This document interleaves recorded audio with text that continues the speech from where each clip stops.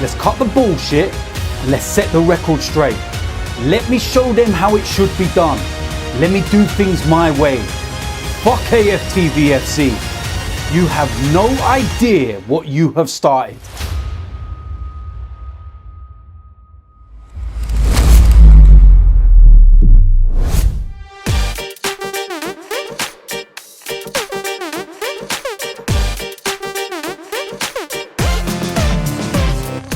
Hello boys and girls, welcome to my preview of Everton against Arsenal on Sunday. Massive game. We are back down into 4th place after Spurs won against Crystal Palace in midweek.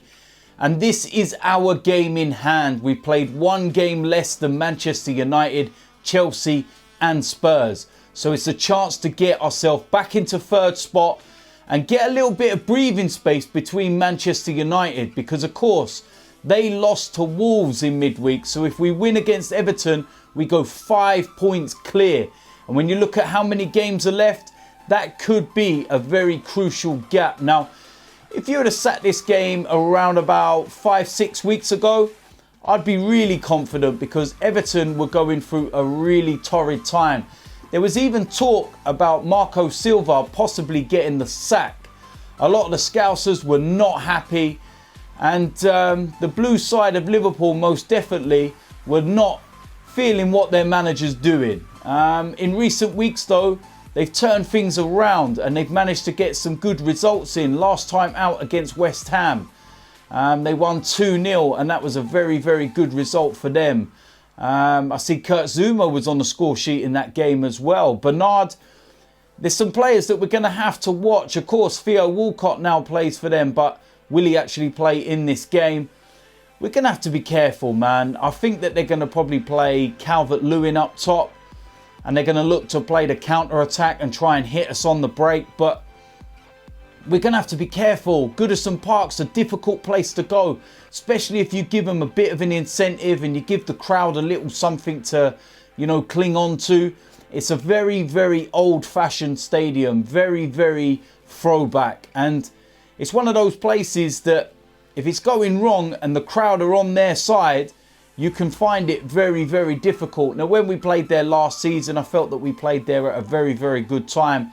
And we actually scored 5 past them. I wouldn't mind 1 this time, as long as we don't concede at the other end. But we're doing all right at the moment, to be quite honest with you. Leno, 3 clean sheets in a row for him. Despite Mustafi playing last time out and giving everyone, a load of panic attacks and whatnot, we still kept a clean sheet against Newcastle. Although that said, Newcastle didn't offer anything going forward. And I think that, Everton will at least offer something going forward. But you know what? Go and play to our strengths. Go and play the way that we have been in recent weeks. Go there with no fear. Play like we have done, when we're at the Emirates. Why can't we play like that more often? Because if we do, then we'll beat Everton, because our home record is sensational, right up there, only behind Manchester City. But our away form, that's right down there. That's shocking. Now, last time out in the Premier League, of course, we had Spurs away. Went into that game, nobody gave us a prayer. Nobody thought we were going to get anything from it. Everyone was talking about Harry Kane and how they were going to slap us. And you know what? It took a last-minute penalty miss for them not to get slapped by us. Still pissed off that we didn't get the 3 points in that game. But we need to look at that as a positive. And that's all I can keep saying. We have 7 massive games left. Huge games. They're like cup finals. You're looking at how many are away from home. 5 are away from home. Off the top of my head, I'm thinking about it now, where we've got to go to. Everton, Watford, Burnley, Leicester. My word. Is there any more? I think we might only have 6 games left. Do you know what? It's getting to that point of the season where it's just coming so thick and fast at the moment. I don't even realise what the hell's going on. We're playing this game against Everton. We're coming back from there. We're then playing a huge game in the quarterfinals against Napoli. We then go to Watford away on the Monday night. And then we're going over to Naples on the Thursday to play Napoli away. It's the business end of the season. And it's that time where heroes can be made and villains can be cast, and we will wait and see what happens. I really hope the heroes are made because I want to get back in the Champions League. And you know, I've enjoyed some of the trips that I've been on in the Europa League. There's been some decent venues there and some bad ones, but I want to get back in the Champions League, man. Seriously, I'm fed up of Thursday night football. Get back in the Champions League. Come on, Arsenal. Seriously. In terms of the team selection, it's going to be an interesting one. I suppose we've got a couple of injury doubts, and I'll get onto that in a moment. But we've still got a strong enough squad. Very, very strong squad. And we need to go out there with the right mindset. So, yeah, like I said, we're going to go and get into the starting 11. Starting off in goal, Burn Leno. Very, very straightforward decision. The easiest one in the team, to be quite honest with you. Our first choice goalkeeper in the Premier League. And player of the month for March. So we need to see them kind of performances again throughout April because we're going to need him. So Burn Leno in goal. Now in defence against Newcastle, we played a back three. I feel we're going to go with a back four for this game. That's what I'm thinking anyway. So starting off on the right hand side, we're going to go with Maitland-Niles, and that's his spot right now. He is the first choice right back whilst Hector Bellerin is injured. And if he can put those performances that he has done in recent weeks throughout the remainder of the season, it'd be tough for Hector to get that spot back, that's for sure. So straightforward, and that's Maitland-Niles. In the centre of defence, first person is Sokratis. Straightforward decision, no issues whatsoever, and I'm having Sokratis in there.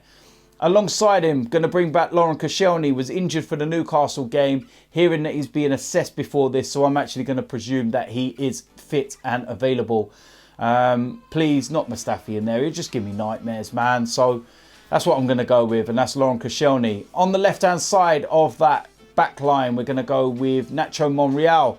Simple reason being, as I say in a lot of my previews and stuff, he is better than Kolasinac in the defensive side of things. And you can see over recent weeks where Kolasinac's been playing further forward and Nacho's in defence. That's what I just feel. And Unai Emery seems to feel the same. And that's what he obviously likes. Nacho in defence and Kolasinac more going forward. So with it being a flat four, I'm going to go for Monreal. Going to move to the two that sit in front of that four. And of course, Lucas Torreira is still suspended. Feels like an eternity since he's played because of the break and everything. But this is the final game of his suspension. So the first player I'm going to go in there with is Guendouzi. A lot of people were critical of his performance the other night. I don't think he did too bad. He does need to cut out that dwelling on the ball sometimes and, you know, getting caught in dangerous areas. But he's a young lad and he's learning and he's putting good performances in. So that's what I'm going to go with. And that's Guendouzi. Alongside him, I'm going to go with Aaron Ramsey. And as you can see, Granit Xhaka's not in there. I don't think he's going to be fit for this game. He's not actually in the UK, judging by his Instagram story. He looks like he's abroad somewhere and he's actually doing fitness workouts to try and get himself back on the pitch, but I just don't think that he's going to be ready for this game. I feel that Napoli will probably be the one that he's looking to come back in. So I'm going to go with Aaron Ramsey. Pulled up with cramp against Newcastle, so it wasn't actually a muscular injury or anything, so that's good. And I'm going to put him in that role next to Guendouzi. Going to go with the attacking three. First of all, on the right-hand side, I'm going to bring back Henrik Mkhitaryan. He's in some really good form at the moment, and he's going to have to get himself back into that starting 11 after missing the Man United game through injury, and then he's been substitute after that. And that's basically because everyone else that's been playing has been playing so well. So, yeah, I'm going to bring him back for this one, and hopefully he can put those kind of performances that he has been over recent weeks. In the middle of that three, I'm going to go with Mesut Ozil. Very, very straightforward decision. Did you see his performance against Newcastle? Absolutely superb. And that's what we need more of, especially away from home. These are the games where people are going to judge him. Whether he can go away from home in a tough game and pull, you know, the magic out of the hat and do exactly what he can do. No doubt, though, Mesut Ozil's in there. On the left-hand side of that three, I'm going to go with Pierre-Emerick Aubameyang, bring him back into the starting lineup. We need to go with firepower. Pretty straightforward, pretty early. I know Everton beat Chelsea a few weeks ago, but in that first half, Chelsea had so many chances they could have killed that game off. But Chelsea have not got the strikers that we have. So, straightforward, and that's Pierre-Emerick Aubameyang. Up front as the main striker, Alexandre Lacazette. Do I need to say any more about this guy? I absolutely love him. He is brilliant. He is possibly one of the players of the season. And we're going to need his goals big time. So straightforward, that's Alexandre Lacazette. So there we go. That is the preview. That is the predicted lineup. It's a strong side. Couple of players missing through injury and suspension. I feel there's going to be some players on the bench that can come on and cause some problems. Maybe Kolasinac, maybe Iwobi. And we will see. It's a big, big game, man. We need to win. We need to win. You know, even a draw, that's 2 points dropped. Let's get ourselves back into third place. Let's get 5 points between us and Manchester United. And then we can go and concentrate on the Europa League game against Napoli. So, as usual, if you're new around here, make sure you hit the subscribe button. Make sure you smash a like on this video. There'll be a matchday vlog after the game. Player ratings the following day. And then before the Napoli preview, I will be going back into my players video where I look at potential summer signings. So, very interesting ones that I'm going to be coming up with that one. So listen, loads of content, man, seriously. And of course, DTFC, the trials are taking place in 3 weeks' time. Mad response. Over 300 people already inquiring to be in the team. Crazy. I got a busy few days sifting through that and trying to pick them down and get a decent number there for turning up in the trials. But we will wait and see. So of course, yeah, Blood Brothers 2, that's starting again as well. We're already in the process of filming. I'm filming that as well next week. Some little sneaky footage that we'll be releasing. So be prepared. Loads of footage, like I said. So listen, until the matchday vlog after the Everton game, let's hope I'm smiling, man. Seriously, I will see you lot soon. I'm out of here.